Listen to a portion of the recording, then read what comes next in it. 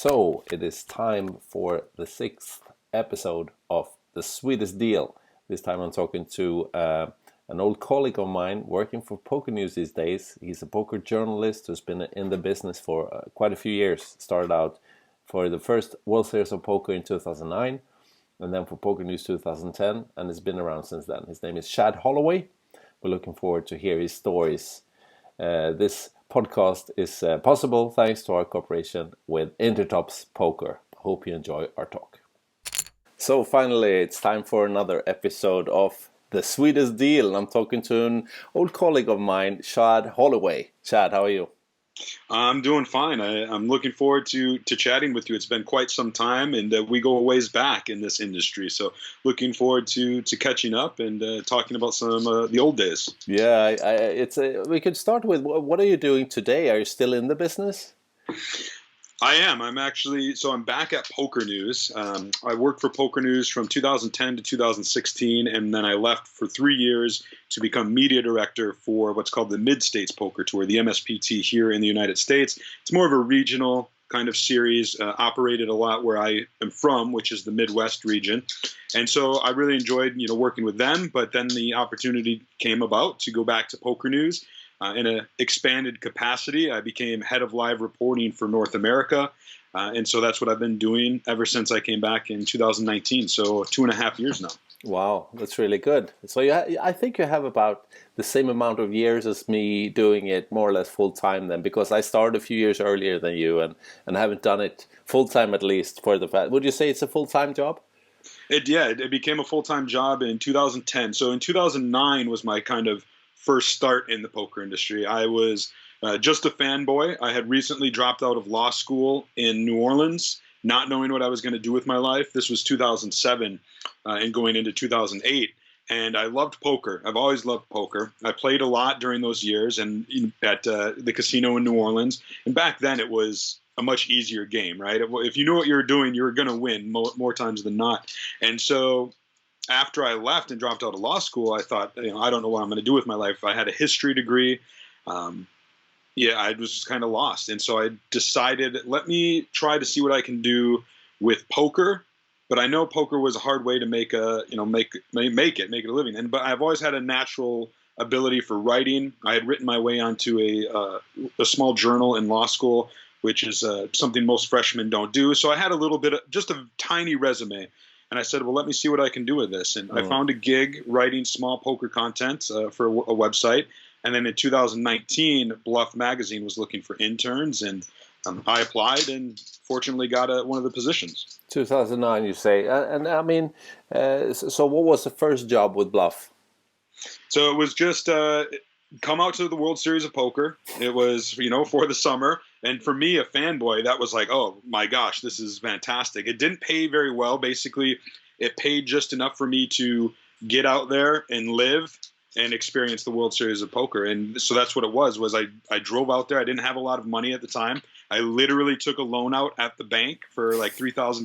Wow. So I had a way to get out there and gas money and a place to stay. And I went there and I worked under Lance Bradley. Everybody knows Lance. And then Matthew Parvis was actually editor-in-chief of Bluff at the time. And he would go on to become the editor at Pokernews the following year.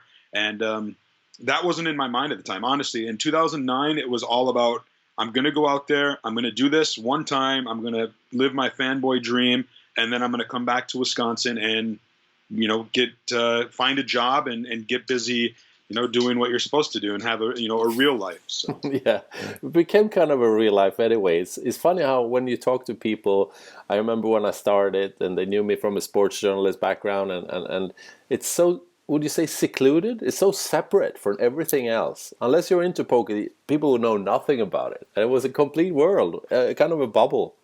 It is. I think that's what we love about it in a lot of regards. They call the World Series of Poker summer camp. Yeah. Because it is. It's like going back to this world that only people who have been there and experienced it know. And I've fallen in love with it. I've been in there, ever since. So and I don't plan on going anywhere anytime soon. So. Was it mostly as a tournament reporter and did you write articles? Did you do any videos or anything like that in the first year? So it was strictly just writing articles and nothing too serious. Some winners recaps for for the employees event and the smaller tournaments right out of the get-go. And spent a lot of time, meeting my poker idols. It was my first time being in proximity to a lot of those guys. And it was fun. And, learning on the go, working with some people who are still around, Diana Monette, now she's married to John Monette, or John Monet, Angry John. Paul Orstein, who worked for Bluff for a long, long time. It was a lot of fun. And like I said, it was just to pass the summer. And I came back after that summer thinking, okay, it's time to get busy. And so what I did is I went back to school to get my teaching degree. I was going to, start teaching high school. It's about the only thing you can do with a history degree other than go to law school. And I had tried that. So I got all my credits and I started student teaching, which here in the States, you have to do about 6 months of free teaching to, get experience. And I was in the midst of doing that when 2010 World Series was approaching, and I had met a guy named Mickey Doft, who anybody who's been around the industry knows Mickey. And I said, you know what, let me just reach out to Mickey and see what's going on with Pokernews, because I didn't know Pokernews existed when I went in 2009. I met them guys while I was there, and so I reached out, and he said, yeah, we're going to be looking. Why don't you reach out to Gary Gates, who was with Pokernews at the time. He went on to finish 4th in the World Series of Poker main event in 2019, and I'm actually going to his wedding in about 10 days. Gary Gates, though, was like, look, I'm leaving Pokernews for PokerStars. Matt Parvis is coming in as the new head of Pokernews, and I had just worked under him the year before. So he said, yeah, we'd love to have you for the summer. Here's our offer. And this offer was much better than the offer the year before, where I would actually I'd make some good money to go out and work the World Series. But I was faced with this dilemma because I had invested about 5 of the 6 months towards my student teaching to get my certificate. And the WSOP was starting before I would be able to finish that. And I tried to ask, is there any way I can make this work? And they said, no, you have to. And so I consulted with some friends, and basically the consensus was, look, this is what you really want to be doing is poker. It might not lead anywhere, but you can get go see what you're going to do. So I did. I left student teaching. I went out to the WSOP with 2 goals in mind.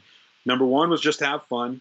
And number 2 was to make a good impression, to work hard and make a good impression. And obviously I did that, because after that year, Matthew Parvis reached out, and I'll never forget it. I know where I was the exact moment, at my aunt and uncle's house, and he said, how would you like to go to Argentina for a LAPT event? And it blew my mind that I was about to get to go to another continent to report poker. And that was really it. I haven't looked back. I did a good job down there. They sent me a little work, and before too long, they offered me a full-time position in 2010. And I've been doing full-time poker for more than a decade now, which sounds crazy. Yeah, it's funny. What was the first, I remember walking into Rio for the first time and trying to explain that. If you would explain that to someone except undescribable, what would you say is it that is so mind blasting, so catching, what do you call it, mesmerizing? Yeah, I think there's, like we said earlier, it's its own little world, right? And so if you're coming into it without knowing much about poker, you're just, like I said, mesmerized, or it's just fascinating, because you don't know what it's all about, and you want to learn more. All these people are there, all this money, you have the chips clicking. And on the flip side, if you knew poker like I did that first time going in, I was used to playing in home games or in a bar league, or maybe at the local casino where they have 40, 50 people on a busy night in a tournament. And then to go out there and just see this massive convention space, like an airplane hangar filled with table after table, players after players, it's hard not to appreciate it at the very least. I fell in love with it. Most people, I think, poker players fall in love with it. Even if you don't play poker, I've taken people to the World Series of Poker just to see it. Yeah. And they are always just shocked by the sheer magnitude and size of it all. And it's just, I love it. It's like going to maybe like a sporting event, like just these crowds that are all there. But instead of, going and investing in a sports team, you're investing in yourself if you're there playing, right? You're there to compete. So, I can't go play NFL football. I can't go play soccer or something, but I can go into the World Series of Poker as long as I have the buy-in and sit down and compete. So. Yeah, it's really special. It's funny how when you invite people to come there, they just can't believe the atmosphere. And I actually looked at PokerGo has started to put out some old clips and all that. They're on Facebook, and it's such a reminder of good old days and the feeling coming in there. I mean, did you do World Series 2019 then? Yeah, it was. I actually did it 2020. I was one of the few. I kept the streak alive through the pandemic because they had the online bracelet events, right. And in order to do them, you had to be in Nevada. And so I spent July reporting those tournaments. Granted, it was from an apartment and not the Rio. But then later in the year, they had the actual final tables live at the Rio, and so I was there for those as well. So I'm kind of proud and to be one of the few who have kept the streak alive of being at the World Series, every year for at least the past 10 years. So. I remember I did some time with Pokernews as well, and I know the founder and everything a little bit. And what was the relation? How come Pokernews became the what year? Do you remember that when Pokernews became the big name out there for World Series that took care of all the reporting? I think it was 2007. It was a little before my time. Yeah. Yeah, and so by the time I came along, they had been doing it for a few years, but they were really just starting to refine it. And in fact, I was when I was brought in that first year, they said they wanted to try something new with me and make me a kind of hybrid reporter. And by that I mean back in the early days of live reporting, they would have two different people. They would have somebody writing up the hands, and then they would have what was called a field reporter. And the field reporter would go out, watch the action, write down the details of a hand or the chip counts or whatever it might be, and then take that note and give it to the person who's writing, and they would sit there and write it. So they wanted to basically combine those into a hybrid. They wanted to say, all right, we want you to go out and find the stuff that a field reporter would, and then you'd come back and write it. And so I did, and it worked well, and that's really become the standard in the industry as far as what being a live reporter entails. You don't really see too many people who are just strictly field reporters anymore. Right. And I mean, I did it for the Swedish poker magazine. I was a Swedish, good-looking, glossy magazine that I worked with for a few years, and then we did that, of course, for the Swedish market. We had the live reporting, and always, I mean, just sitting there writing would be pretty boring. There were some guys just sitting in the media room, just writing, right? Right. So, of course, it was better to be able to go out there. What do you think the technology has, in what way, from pen and paper into the computer, writing it, has it improved technically over the past few years? Oh, I mean, yes and no. We still have, a pen and paper. I know some colleagues who do work with like an iPad. They can go and do that. I still have an old-fashioned pen and paper. It's but it's become easier, more refined in how we do things, right? So it used to be go out and see what would happen. Now we know more of what to look for, knowing when something's going to happen. We know how to juggle certain things, like, all right, let's go out and try to catch a hand, but while we're doing that, also start jotting down chip counts or something like that. So those of us who have been doing it for a while have learned, how to best multitask, if you will, and juggle everything and get good content. Because with live updates, people want them fresh, right? So if you can't just let the blog sit there for 15, 20 minutes, 30 minutes without some sort of content updates. So that's kind of what we strive for. Yeah, I remember, I think it was 2008, maybe 2009. I did some work for Pokernews, and I was in Dortmund in Germany. Oh, yeah. And when I was there, they called me and said, our Pokernews writers are both stuck in some traffic jam, and they won't be able to get there. Can you sort out the Pokernews? And I'm Swedish. I mean, my English is okay, but writing the reporting was horrible. I did it for 3 days, and I didn't get to do it again. I just couldn't do it. I was on my own, one person. Sure. Yeah, it's tough. I do a lot of reporting as one person. I just did it last weekend, and I've been doing this for 10 years, and it's still challenging. And so, was it a big tournament? It was a pretty big one. They had around 700 runners. It was $1,100 buy-in, so $140,000 up top, and wow. Yeah, it was exciting because it's, there's so few live events in the United States right now, but they're starting to come back more and more, and they all have huge crowds because there's such a pent up demand. Yeah, of course. Now going back to the first few years, 9 and 10, who would you say were the guys that you were most thrilled about talking to, meeting, and interviewing? Oh man, so I've got pictures from my first year in 2009. I was such a fanboy. Like, I have all the patches on my shirt. How you look like a NASCAR driver, because that's what you've seen on TV. So I've got all these different patches on, and I was getting pictures taken with everybody at the time. Because I thought, like I said, it would be my only time that I'll ever have this opportunity. Little did I know I'd become, friends with a lot of these players. But at the time, I was really excited. I got to meet Doyle, which was cool. He was still playing the WSOP at the time. Amarillo Slim was still around. Yeah, and he was there.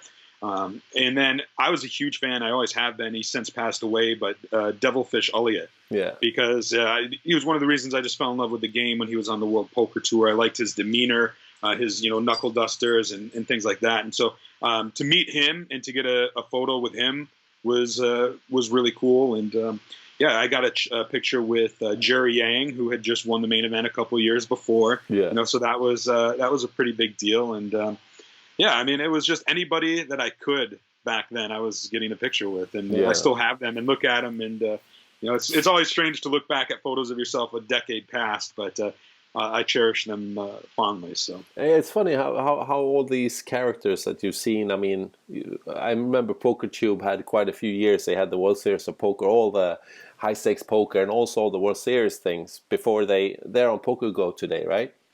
Yeah. They're all PokerGo's really consolidated a lot of things, and in my opinion, and I'm appreciative of this, has saved a lot of things. And I actually helped them not too long ago. Put them in touch with a gentleman who had a bunch of the old VHS tapes of the World Series of Poker. And so they were able to get them, digitize them, and now offer them on PokerGo. And that was nice just because they're preserving that poker history, right? Yeah. That I think is super important. So. Yeah, it's strange how it's so great to watch them over again and see these day 1, day 2, day 3. I mean, when it's 27 left, I think my favorite is, of course, high stakes poker is nice, but maybe the World Series Poker main event, the report from there. It's just something special about that. And you can see it many times without getting tired of it. I mean, look, I fell in love with the ESPN broadcast of the World Series of Poker when Moneymaker won, and Greg Raymer and Hashem and even Jamie Gold. Everybody, those were fantastic. And I've enjoyed it throughout since then, even being there. And I've been there now for some very special moments. One that really sticks out in my mind was the big one for One Drop, right? $1 million buy-in. I was live reporting the feature table all by myself in the Rio. And there was a hand where Connor Drynan got all in pre-flop against Kerry Katz, and they both had pocket aces. Yeah. And I was way up at the top of the stage at my desk, and I stood up, and I was looking at the monitor with the cards up there, and I just thought to myself, like, man, if one of them four flushes here, it would just be one of the sickest beats in the history of poker, right? In this $1 million buy-in tournament, to lose aces against, it would just be so sick. And then sure enough, I think it was, two hearts on the flop, and then runner, or something like that, just to the point where I'm like, I seen the flop, I'm like, oh, it could happen. And then the turn, I'm like, oh my gosh, is this going to happen? Yeah. And then it happened, and everybody went crazy. And now it's one of the, most, I don't want to call it infamous or what have you, poker hands in history. It's just, it was sick. So, and to be there and to be the one that reported it in the blog, those are the special moments for sure. Yeah, there are some hands, so it's just up there. This is, of course, one of them. I remember another hand from the World Series where one guy had the 4 aces and the other guy had the royal flush. The guy with the what do you call it? Like a the tank top, the white tank top. Justin, I think it's Justin Phillips, maybe. Yeah, that might be right. Yeah, because I interviewed him once because he was there a couple of years later, like when I was there in 2009 or 10 or something like that. But it was the Asian guy had the 4 aces, right? And we just got it in there. He just couldn't see it. Yeah, it's I mean, and you're going to go bust there every time. And then there was the one hand when remember when Sammy Farha and Oliver Hudson got it all in the very first hand of I think it was the 2005 WSOP main event, because Hudson had pocket tens, Farha had ace 10, and it was ace 10 or something like that. And those are what we love about poker, and catching those sort of hands. And doing live updates, it's fun to catch those hands. Most of it is just nonsense, raise, take it, or small pots. But every once in a while, you catch that gem, and it's very rewarding. My first year at the World Series was 2006, when Hashem was the reigning champ, and Gold won it. And I remember, I think it was one of the day ones, where one guy, it never got big or reported, but one guy had aces, the other guy had kings. The funny thing is that they got it all in on day one, and when the guy put up the kings, it was two spades, king of spades. So, the deck is here. They had two decks. And then he looked, I don't know if it was spades or what color it was, but it was missing from there. So the dealer had kind of got the king into the deck. So the queen of spades were there. So he got the two kings and the guy with two aces, and it was a missed deal.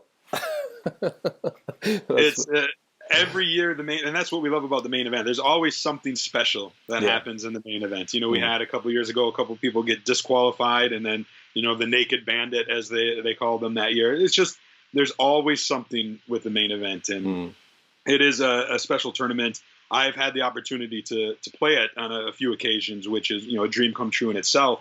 I haven't done anything, haven't cashed. I've made day two a couple times, but it's that tournament. Once you play it, that's all you want to do. You can't wait to play it again next year. And obviously everybody dreams of winning it, which is really hard now. But just to see somebody, like I said earlier, my friend Gary Gates, go deep and have a run at it and ultimately finish fourth, just life changing. It's really special. It's so great that he got there after working in the industry for so long, and just. It's fun. I played it once. I played it in 2015. I qualified through a $500 satellite, and actually managed to finish in the money, just in the money. So that's my one time, and I'm 100% cashing in that event.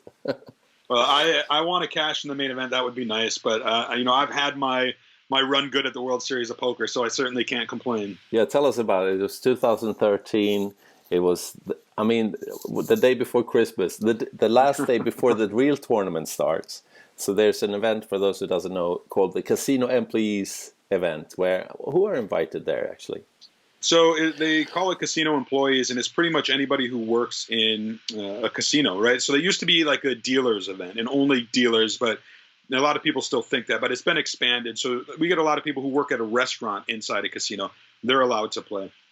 We learned that was the first year Pokernews was allowed to play, because we were considered employees of Caesars while we were actually doing the live updates for the World Series. Mm-hmm. And so they told us, you can play this year. And they told us about a week before the series started. So most people hadn't planned on playing. And once we learned, I said, okay, I guess I'll give it a go. And I've actually been very upfront about this. I was in New Orleans for the World Series of Poker Circuit Championship, the national championship at the time. It was the week before we were supposed to go out to Vegas. And I was having drinks at the players' party with a player. Her name is Nancy Birnbaum, so shout out to Nancy. We were having drinks, and she said, are you going to play anything this summer? And I said, they'll probably play a few things. They just told us we could play this Casino Employees event, so she said, well, what's the buy-in? I said, it's only $500. And she says, do you want me to put you in? And I'll play a $500 buy-in, no big deal. But if somebody's going to put me in and a good deal, I'll hear you out. So I said, well, what do you have in mind? And I was thinking, most people would say 80-20 or 70-30 or something like that, right? That's pretty standard. And she said, just 50-50. She'll put up the buy-in and we'll split anything 50-50. Wow. And I said, sure, that sounds like a great deal to me. And it still is a great deal. Little did I know that I was going to go on to win it for $85,000. And, half of that went to Nancy. She was very happy. Obviously, I was happy to give it to her. And then she said, you want to do the same deal the next year? And I said, yep, let's keep doing it. That's a good, you don't want to jinx that.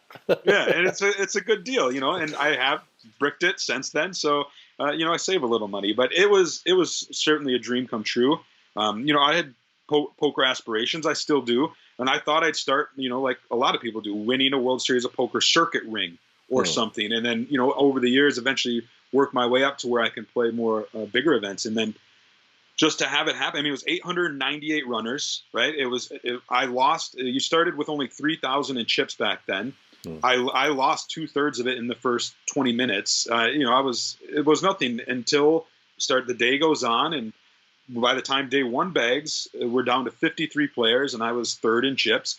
But even then, there's still 53 players away. The money isn't huge at this point. And, you still got day two. And so when we came back for day two, it was like, this is cool. I'm going to do my best, but I didn't really think it was going to, happen. And I didn't tell really family back home or anything because there's still so many people. But about 15, 16 hours later, in the middle of the night, in the early morning hours of at the Rio, I got the job done, and it was, I mean, I couldn't have a bad day that summer, right? No. And I went to work. I went to work reporting and stuff, and it's still one of those things where if I'm running bad at poker or I have a bad day, I can look back at that whole experience and say that, I've won a World Series of Poker bracelet. Yeah, it was a closed event. It was, got that asterisk. At the time, it was the lowest buy-in of the World Series. Now, since then, they've, added lower buy-in. So I feel like my value of my bracelet went up a little bit. And, Sure.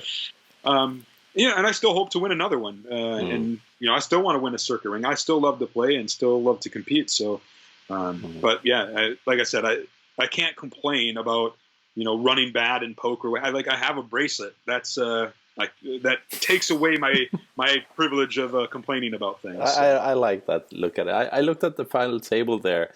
Daniel Ellery, Tyron Smith, Hugh Lee, Vincent Petrino. Not the most household names, right?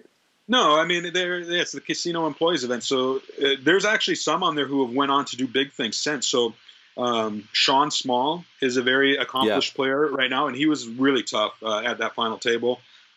And then Michael Trevette is he's went on to big things. He just won the World Series of Poker Circuit Planet Hollywood for, I don't know, like $200K, and not long ago, a couple of years ago. And I'm still friendly with him, with Daniel Ellery.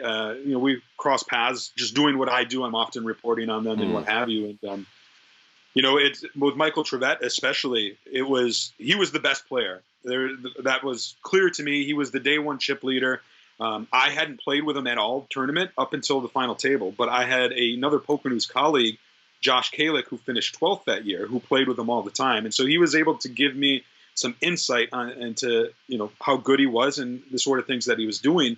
And it was at the final table, and this is such a bad play looking back, but there was this hand. This was the hand that really determined me winning, in my opinion. I think there were 8 of us left, if I recall correctly, maybe 7. And he was, I believe, on the button, maybe the cutoff, and he raised it. And at this point, the blinds were pretty big and the stacks were fairly shallow. And I looked down at ace-8 in the big blinds, and I just figured he's trying to steal, right? And I 3-bet it, and it went back to him, and he 4-bet jammed. And I mean, it's so stupid. I have ace-8 offsuit, but for whatever reason, my gut was screaming that I had the best hand. It was my read. I'm a kind of a read player. If I could go back, I'd probably snap folded at this point. I think maybe I was subconsciously trying to self-sabotage myself, if that makes sense. I really don't know. But I ended up making the call, and this was for a huge pot. If I lose it, I was essentially out. I would have been left with crumbs. And he had king-jack. I had ace-8. So it's still close to a flip, maybe 60-40. And fortunately, an ace hit the flop, and that was that. I won that one, and I think instilled a little fear into the rest of my opponents that I was willing to mix it up. And I mean, that was without a doubt the hand, and I have no doubt whatsoever that if he won that hand, he would have went on to win the bracelet. I mean, it says he finished 8, so I guess that was the hand where he got you were 8 left. Yeah, well, that's cool. That's cool. As you said. Did you ever create a bankroll out of that money, or what did you do with the money? Yeah, I mean, it's, after I gave Nancy her half and then paid taxes, and it wasn't life-changing money whatsoever, but it was definitely a good boost, right? And so it made things a lot more comfortable. I was working full-time, so I had the income. So I was able to play a little bit more. But even more so, I think the biggest benefit of it was I just won a bracelet, people were excited, and so they were willing to buy action, like no problem. Yeah. So that was the first year I played the main event. I was able to sell a bunch of action to be able to do that, and that lasted for a good long while. Unfortunately, here we are 8 years later, and I haven't done too much else. So, but I still like to play, on occasion and take my shots, and hope to at least make another run or something. It would be great to win another one, but yeah. Well, if you would play, let's say this year or next year, if you would play the main event, how much of yourself would you sell? I probably would still sell. My dog's about to make an appearance, by the way. Yeah, there you go. What's his name? Her name is Carrie, and she's a diva. She likes to get on camera about every once in a while. I'd probably still sell about 80% of myself, to be honest, maybe 75.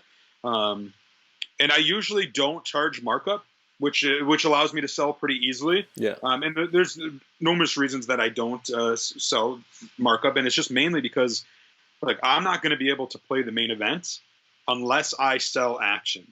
And so by people buying action from me, they're kind of doing me a favor. They're giving me the opportunity to play the main event. So for me to charge them to do me the favor, it just doesn't. It just doesn't sit right with me, and so. I always charge no markup. We'll just do what have you, and hopefully one day I can give them a big return on their investment. So. Yeah, I think the people that you sell to is not some random guy. It's your friends and people you know. So if you win and give them some money, that's just sharing the joy, isn't it? Yeah, it really is. When I actually didn't even have half of myself when I won, because, as I mentioned, I went deep with Josh Kalick from Pokernews. And when there was, 20 people left or something, we were pretty even in chips. And we said, you want to swap 5%? And I said, sure. And so out of your 50%. Well, yeah. So I got 45% technically, because it was out of my half.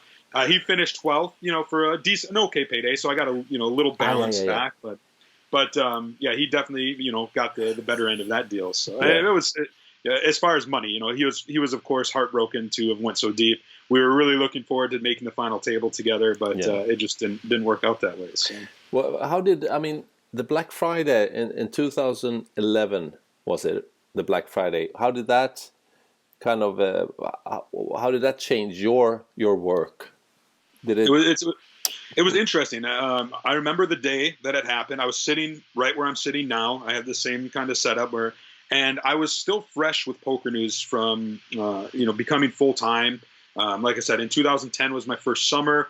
Basically the fall of 2010, I did some, reporting work, little freelance work, but it wasn't until right around the start of 2011 where they kind of offered me a full time position. And so I was here working and, scouring the news, what was happening to write up that day, and this was breaking. People were wondering what's with this, Department of Justice logo that's on the online websites. And to be honest, I did not have appreciation at the time of how big, how earth-shattering it was, what was happening at the time. I was still pretty new to the industry, not huge into online poker. I didn't have a strong online poker background. I played, small tournaments here and there. And so I just didn't realize at the time how earth-shattering it was. Now, of course, I would learn that over the course of the next few days and weeks and even years. And then, it was actually, if you remember, Pokernews did the Lederer files. We were like the first to get to interview with Howard Lederer. A couple of years after that. That is kind of a quick, fun Black Friday story that most people don't know. Was I used to play fantasy poker with a group of guys, and Howard Lederer was one of them. And I just happened to be looking at an old email from this fantasy league that we did, and I seen Howard Lederer's email there. And I said, you know what? Let me just shoot him a message and see what happens. And so I sent a message just saying, hey, look, if you ever want to talk about it, we'll give you the platform, a fair opportunity. Let's talk about it, and just let me know. And I didn't expect anything. I was just throwing it out there in case he ever wanted to. And I actually went on a cruise a couple days later. I was gone for 3 days. This was, 2012, 13-ish. no internet access for 3 days. And I come back from the cruise, turn on my phone, and I start getting texts and email alerts going off. And some of them were from Annie Duke, who is Howard Lederer's sister. Yeah. And I actually had been pretty close with Annie. We had done, some work together and what have you. And she said, Chad, where are you? Howard's trying to get a hold of you. He wanted to talk. And, Wow. and I'm like, yeah, my mind's blown. I'm like, oh my gosh, like, I hope I'm not too late, sort of thing. Maybe he changed his mind or what have you. Fortunately, when they couldn't get a hold of me, they ended up getting a hold of somebody else at Pokernews, who then they started the process of arranging the interview, which ultimately became, the Lederer files. And so I'm kind of proud of that fact, like that one Hail Mary email ended up at least getting him on the record for a little bit. I know a lot of people weren't happy with how the actual Lederer files turned out.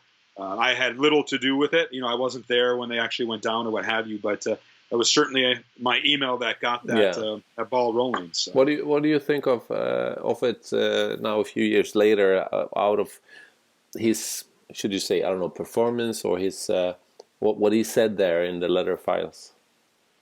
I mean, it's been so long. I honestly would have to go back and watch it again, and I probably should, because it has been so long.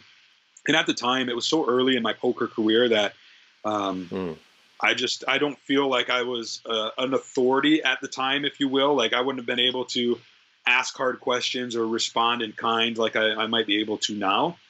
So I really wasn't too judgmental of anything that was happening at the time. And, like I said, I kind of wasn't involved with it, so I didn't have any really huge investment into it. I'd like to go back and watch it now, and now that I've been in the industry a while, have a more critical eye, know how to actually interview people, and see what I think about it now. And, I would love to actually chat with him again, or anybody, Chris Ferguson for that matter, anybody. Enough time is starting to pass where it's like maybe they'll want to share their stories, but we'll have to wait and see, I guess. Yeah, it's a lot of stories there that is many stones left unturned so far. I mean, there's so many things that happened there, and the only way to get an insight into it would be to talk to these actual guys, wouldn't it? Because there were so many Full Tilt Poker pros and so on. I talked to Gus Hansen like a month ago or something, and I mean, he couldn't get into it too deep. They all made some money from it, but I mean, yeah, that would be interesting. Yeah, make a great book, right? Like there's enough content there that there could be a great book written about that. One thing that I talked to Gus about was the commercials they did. Oh yeah. Yeah, and he said, I remember we were so far ahead of everything else in the business. The Ivy one when he came into the bedroom with his wife, I remember with Eric Seidel, where somebody was dealing with like a bracelet on, and then you hear the clanging, and it's because Eric Seidel with 8 of his bracelets on it at one time. That one was great. It was so cool. It was really cool. It's a shame that it turned out that way, but who could know? I mean, that was a big bubble that was. It started and just came so fast, and then suddenly it was over. Yeah. And I'm a little jealous when you said your first World Series was 2006, because I've heard stories about those those days where it was a lot more wild, where it wasn't uncommon for a site like Full Tilt to come up to you and say, oh, you're in this tournament, here's $10,000 to wear this patch. Yeah. That was just wild back then. And I wish I was involved in poker back then more. I loved it. I played. I didn't play seriously, but I'm happy with my poker career and when I got involved. But I wish because I did love poker back then. I wish I would have just started a few years sooner. And I turned 21 in 2002 2002. So like if I was on the ball, I could have been a young 21, 22-year-old grinder playing with Chris Moneymaker or playing those early days of the WSOP. But I grew up with not much money or what have you. So like playing for those stakes was not never going to happen. Now, I remember once, I think it was 2007 maybe, and it was a Swedish guy that I knew a little bit that made it deep in the main event. Maybe he finished, he was among the top 100. And the guy came asked me if I knew him and could ask him to put on a patch. I don't know if it was Full Tilt or I don't remember that. But he got, I don't know, $2,000 for wearing this patch for the rest of the tournament. And he gave me like $300 for fixing the deal. like an agent's fee. Yeah. When it comes to, you said about the critical questions, have you, except for tournament reporting, what has been your biggest interest in the poker world when talking to these characters and this characters in this comic book that is the poker world? I've become really, I really love poker history, right? So that's become a big passion of mine. It's something I like to pursue when I can. In 2013-ish, I'll never forget this one. So there was a gentleman named Bob Hooks. He was a Texas road gambler. He is friends with Doyle Brunson. He was there during the early days of the WSOP, and everybody thought he was dead. Doyle was tweeting about him one day, saying he had lost touch with him, thinking that he had passed away. And I was just reading these tweets, and there was a tweet from a woman with 50 followers or something, a random kind of account saying, Bob Hooks isn't dead. He's living with us at our hotel in Texas. So that's interesting. So I tweeted at her, got in the DMs.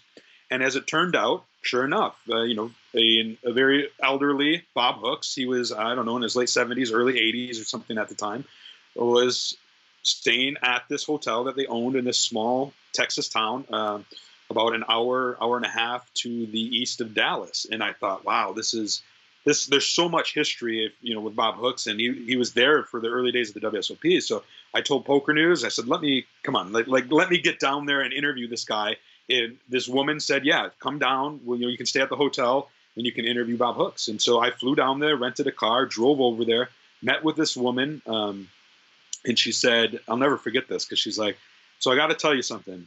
He doesn't know that you're here or that you're coming. And I'm like, you haven't told him that, and like, she's just, you got to trust me. She's like, if I would have said something in advance, he wouldn't have done it, or he would have gotten cranky. But she said, I promise you it'll happen. And sure enough, it did. She had a game plan, and it worked to perfection. I spent 2 days down there, interviewing him, chatting with him, having dinner, and just capturing that poker history that people literally thought was dead. They thought he had passed away. And it's still one of my favorite pieces that I've ever written. It's up on Pokernews. The World Series of Poker was so kind of impressed by it that he was nominated for the Poker Hall of Fame the next year. He didn't get inducted, but he was at least nominated. And so that was just really rewarding. Unfortunately, he did pass away a couple of years later, in I think 2016. But I'll always remember that. So that's a big passion of mine, is finding these old characters of the game. And then I also like now doing these Where Are They Now pieces. And I actually just interviewed and wrote an article about Roland DeWolf, right? Yeah, so he was huge during the poker boom years, a Triple Crown winner. It disappears basically in 2010 and resurfaces last month at the Seminole Hard Rock Casino, and was willing to talk to me. So like, all right, let's sit down, let's chat, let's talk about what it's like to go from being a poker superstar to essentially kind of disappearing. Like, what's the story? And we know this game, right? A lot of people fall on hard times. A lot of people start families. There's so many different reasons, and it's not often that they're willing to share and open up about those experiences, especially if they're negative. Roland's really wasn't. It was just, more poker burnout and other things captured his attention. But I really enjoy like catching up with these old characters of the game. That's a lot of fun for me. Yeah, I saw him on some clips. Of course, Tony G, Phil Hellmuth, Roland DeWolf, and I remember the first years that I was around. He was always the guy that were there, just action all the time, and he was. Wherever he could find something to gamble about, he was there, and it always, I mean, no, what do you call that? No safety, always full on. Yeah, and what a great character! Really, nice guy too. Really smart. Yeah, but it was a pleasure. Yeah, of course, a degenerate. A true degenerate. Right. Yeah, and yeah, he'd be the first to tell you. He even said in the interview, like, one of the reasons he left poker was because it wasn't enough action for him. He didn't have the patience to sit and do it. So yeah, I'm gonna check that interview out. Maybe I can get him on the Swedest Deal here to talk about those things. No, but that's great. I mean, a lot of people, when I started, was also to get to know these characters. And in any sport that you follow, if you follow NHL or NFL or something, if you get to know the guys that are on the pitch, it becomes so much more interesting. So is this something that you kind of looked into a lot and think was important to you? Yeah, I think it's very important. And in fact, it was with Roland. He made an interesting point about poker characters and how the game has evolved, right? So we're seeing a lot more younger players who have, I don't want to say solved the game, but there are literally solvers. The game has changed. There's no denying that in the past 15 years. And a lot of the people who are having more success now are these younger generations who cut their teeth playing online or do no solvers and just got so much more experience in such a shorter period of time. But what they're lacking is life experience, right? And so it's that life experience that these other players had during the poker boom, the Doyle Brunsons, the Phil Hellmuths, the Mike Matisows, the Devilfish Elliots, that I think is what was the romance of it for somebody like me, that it made me fall in love with it. And that's why I still love the poker history and what have you. And you just don't see that with a lot of the players now. That's why they can be so, robotic or don't have that outgoing personality. And I don't think it's to any fault of their own. I just think it's a lack of life experience. Like we said, I'm a lot different now in my late 30s than I was in my earlier mid 20s. And it's how do we, from a poker product standpoint, especially if you're on, like a poker production like Poker Go, you want the characters, right? That's what people want to tune in and watch. But you also want to balance it with, we've got to make new superstars in this game. And it's hard to do, but we got to find ways as journalists to do that. And it helps when they're willing to open up, share what life they do have and what their passions and goals are. And we do see that. We've got like Landon Tice is a guy who's really broke onto the scene in the last year or two and continues to rise through the ranks, if you will. And poker, by nature, though, is a game that makes it hard to do that, right? It will break people. It's not. It's easy, especially for young people, to fall into the lifestyle, to play above their means as it gets going. And we've been around this industry for a long time, and we've seen a lot of poker players who were going to be the next big thing just fall to the wayside, and now nobody even remembers them. Yeah. It's really hard to create those, and also, it was the economy in the beginning when it was booming and everyone was making so much money if they had a 0.1% involved in any poker site when the boom came. So it was really easy to do flash events and cool commercials and all that. I'm excited along those lines. I'm excited that I think poker is experiencing a little boom of its own right now. And, maybe it's a silver lining of the pandemic that a lot of people were trapped inside. So online poker around the world, started to have a resurgence, if you will. Here in the United States, what happened was all the casinos shut down, but certain casinos had online gaming, right? Some of those, the WSOP.com Caesars properties. You had the Borgata and BetMGM. And some others throughout the United States, very small, but they were still at least making money while all these other casinos were shut down. And so I have, this theory that some of these casinos looked at that and said, wow, we're sitting here closed, not making any money. And yeah, our competition is their casinos closed, but their online is still going and it's going very strong. We need to get in on that. And so we're starting to, I see movement and expansion in the U.S. market of online poker. And, the WSOP.com is slated to launch in Michigan and in Pennsylvania. And so I feel like these dominoes that everybody's been talking about since Black Friday are starting to get lined up and may just start falling. And combine that with a year and a half of people being locked in because of the pandemic, there is a pent-up demand to play poker. And we're seeing it in the limited live events. The World Poker Tour just had their largest ever main event. Every place that you go is there's alternates because the turnouts are just so huge. And so I think that there's a very good chance that the World Series of Poker main event this fall could be the largest we've ever seen, eclipsing the one from 2006. Are they going to get, I'll get my vaccine. I'm booked for a vaccine shot next Friday. Have you taken yours? I have, yeah, I've had. So we have Moderna here was a 2-dose thing. You have to get one shot, and then a month later get the second. And I got mine, and I'm all set in that regard. And I think the last I heard in the United States it was like 51% of adults have gotten their vaccine. But we'll see. So maybe we will have a normal World Series of Poker. What are the dates this year? So it's September, I want to say 26th, maybe. It's the end of September. No, 28th, I want to say. It's the very end of September. Maybe it's even the 30th. It's the very end of September into the middle of November, if I recall correctly. So it's, yeah, I mean, from what I understand, the WSOP is planning on having a full series. They want it to be as normal as possible. That's beyond their control. But all signs are pointing that way right now. Vegas is opening back up.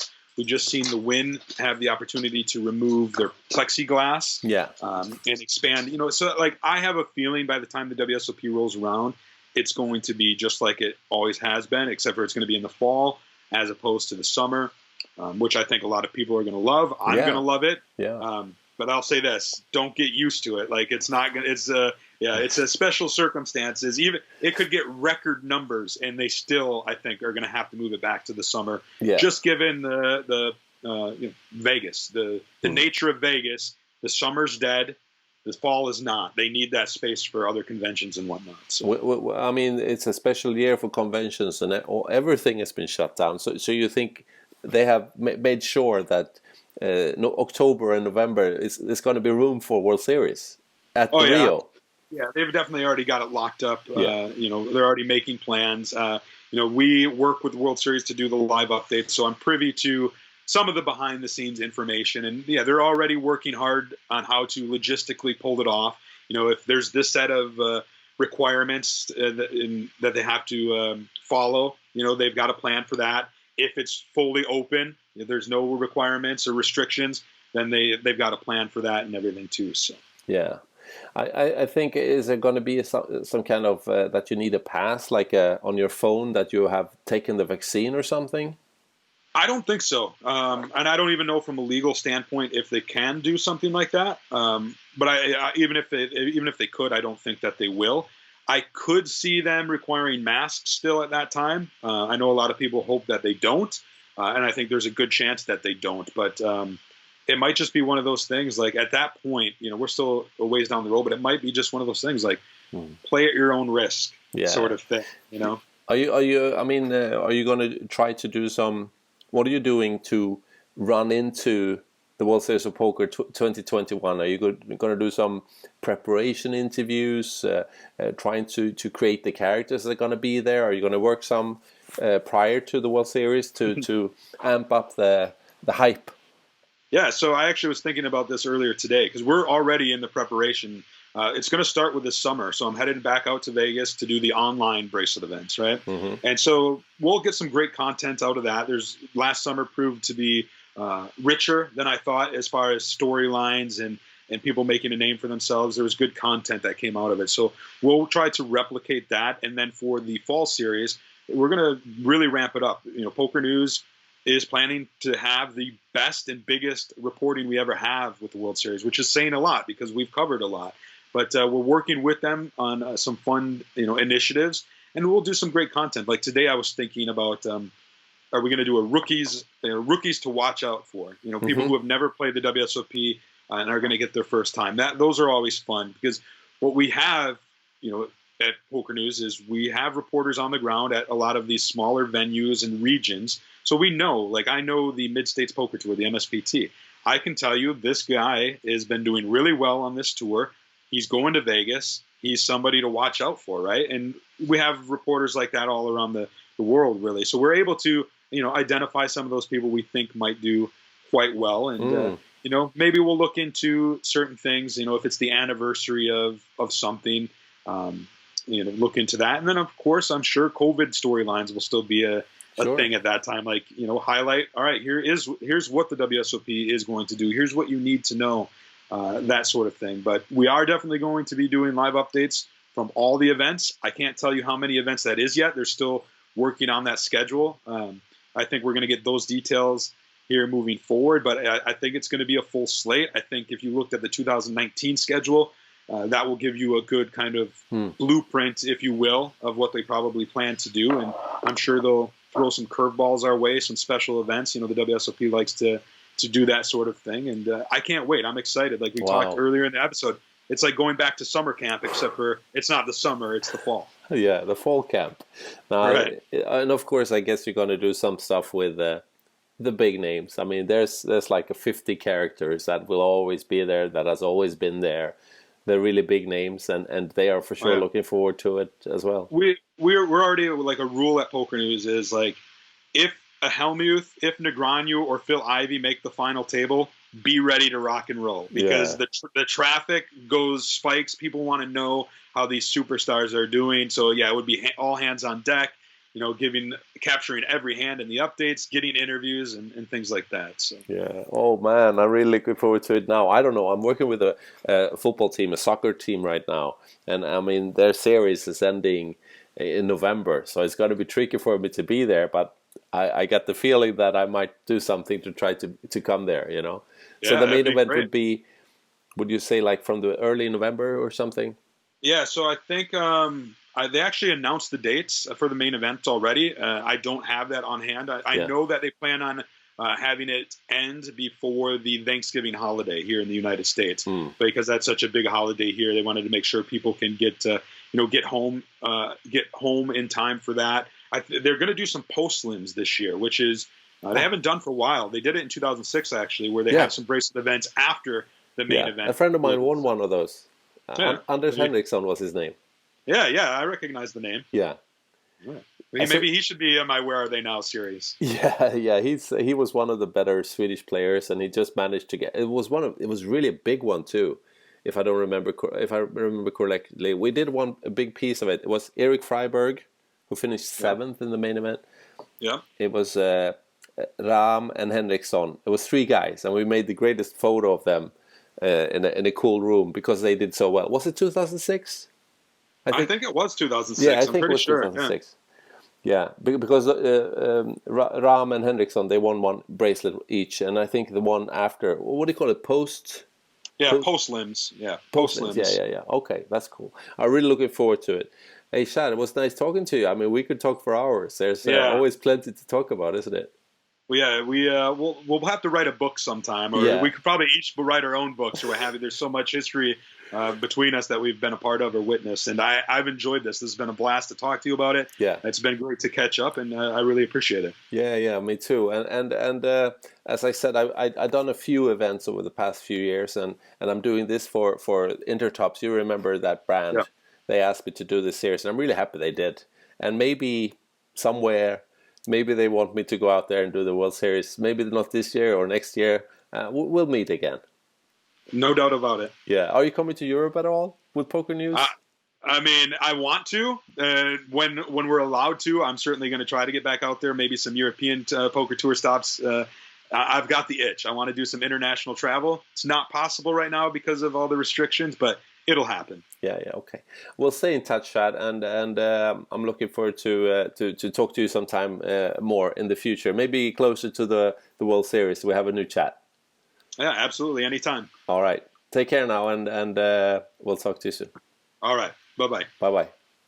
Thank you very much for listening to this podcast. We enjoyed the talk, me and Chad. We had a nice conversation, and I'm really happy I contacted him for this episode.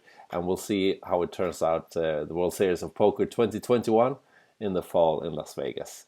This podcast is made possible thanks to our cooperation with Intertops Poker. We're looking forward for the next episode that will come in a few weeks. Thanks for watching.